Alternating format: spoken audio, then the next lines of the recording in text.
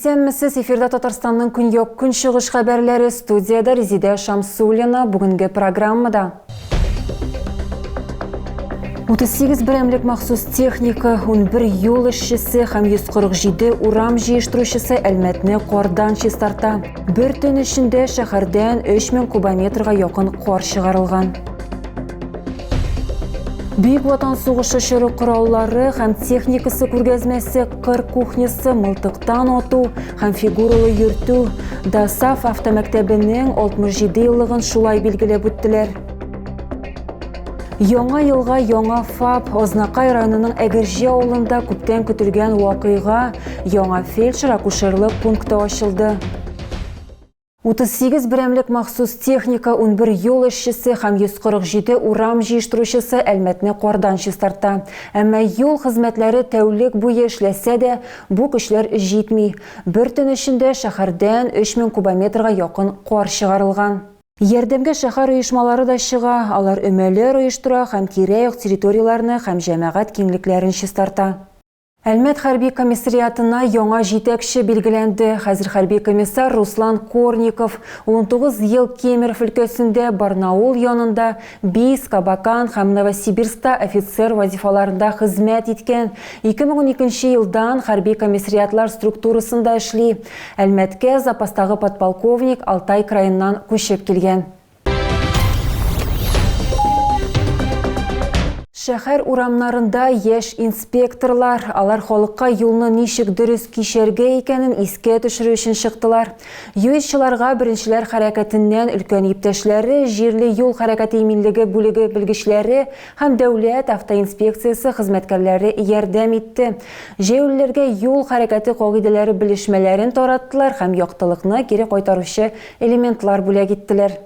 Очень много пожилых попадает по дороге, под машину. Кызганычка каршы, җәяүлеләр еш кына юл хәрәкәте кагыйдәләрен санга сукмау аркасында юл транспорт хәрәкәте корбаннары булалар. Юлчылар, 3нче мәктәп укучылары шәһәр халкына юл йөрү кагыйдәләрен үтәүнең мөһимлеген искәртү өчен Әлмәт урамнарына чыктылар. Әмма яшь инспекторларны юл хәрәкәте иминлеге бүлеге белгечләре һәм ЮХИДИ хезмәткәрләре белән бергә күреп тә, үз гомерләрен куркыныч астына куючылар табыла. Кагыйдәләрне ешрак 2 тәгәрмәчле транспорт сөючеләр бузган. А вы это сделаете? Почему? Нет. А если вы сейчас ловите, не дай бог, водитель, например, не успеет остановиться перед... Куркыныч шунда ки, машина йөртүче җәяүлеләр кичүендәге кешеләрне күрмәскә мөмкин, бигрәк тә тәүлекнең караңгы вакытында. Пешеходы обязаны переходить проезжую часть. Җәяүлеләр юлны җәяүлеләр кичүе аша һәм светофорның рөхсәт итүче сигналына гына чыгарга тиешләр. Алга таба хәрәкәтнең куркынычсызлыгында инанып, көннең караңгы вакытында яки күз күреме җитәрлек булмаган шартларда җәяүлеләр үзләре белән яктылыкны кире кайтаручы элементлы предметлар йөртергә тиеш. Узган ел белән чагыштырганда юл транспорт хәрәкәтләре саны 22-гә кимегән.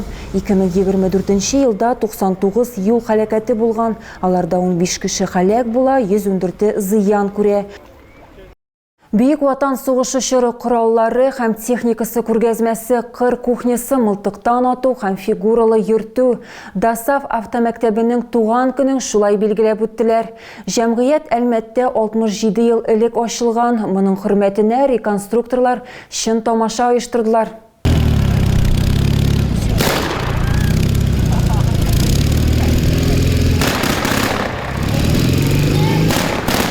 Рубеж хәрби-патриотик клубы катнашучылары тарихи техниканы гамәлдә күрсәттеләр. ДАСАФ хезмәткәрләренең оста куллары ярдәмендә ретро-мотоцикл җитез йөри. Оешма үзенең туган көнен һәрвакыт шулай зурлап билгеләп үтә, кунаклар өчен интерактивлар һәм күргәзмәләр әзерлиләр. Хәрби техниканы клуб җитәкчесе Сергей Апраксин коллекцияли. Моннан тыш ул хезмәттәшләре белән Бөек Ватан сугышы чорындагы хәрби хәрәкәтләрне реконструкцияләү белән шөгыльләнә. Понимаете, если мы не будем этим заниматься патриотическими делами. Аңлыйсызмы, әгәр без моның белән патриотик эшләр белән шөгыльләнмәсәк, башкалар моны эшләмәячәк. Туган көн бәйрәм табыныннан башка үтми, шуңа күрә биредә кыр кухнясы да эшләде. Кунакларга кайнар чәй һәм карабыдай буткасы тәкъдим иттеләр. В первую очередь привлекаем молодежь. Birinchi çiratda яшьләрне һәр вакыт патриотик чаралар, ярышлар белән җәлеп итәбез. Күргәзмәләр ясыйбыз, дусларыбызны Десантчылар союзын чакырабыз.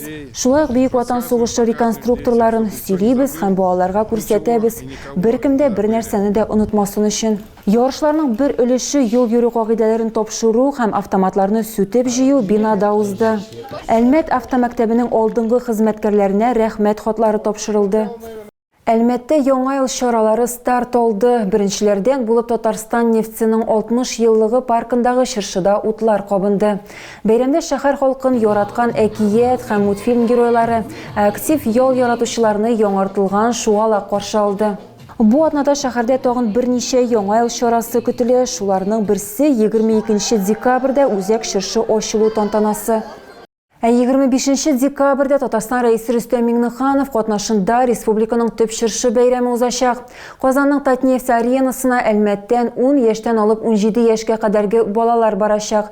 Алар белән 12 автобусны ЮХИДИ хезмәткәрләре озатып барачак. Шулай ук делегация составында 12 медицина, 12 полиция хезмәткәре һәм мәгариф идарәсеннән, балалар һәм яшьләр эшләре идарәсеннән 32 кеше булачак.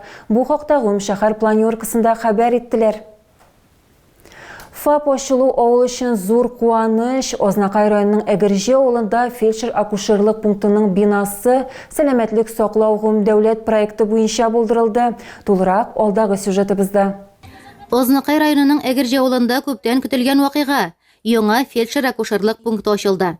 Яңа бина модульле технология буенча сәламәтлек саклау милли проект аша төзелде. Оны ачу тантанасында район башлыгы урынбасары Роза Галиева катнашты. Барыгыз да исән сау булыгыз.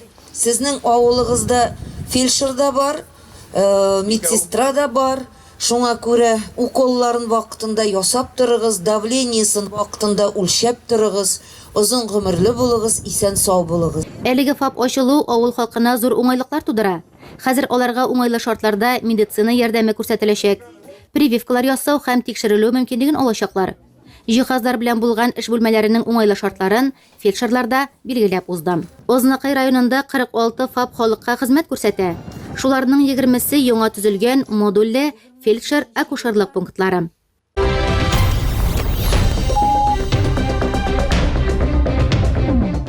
Тагы да күбрәк яңалыклар һәм тапшырулар белән безнең сайтта таныша аласыз. Без социаль челтәрләрдә дә бар, хәбәрләр юллагыз. Бүгенгә менә шулар. Мин сезнең белән сау булашам. Исән-имин булыгыз.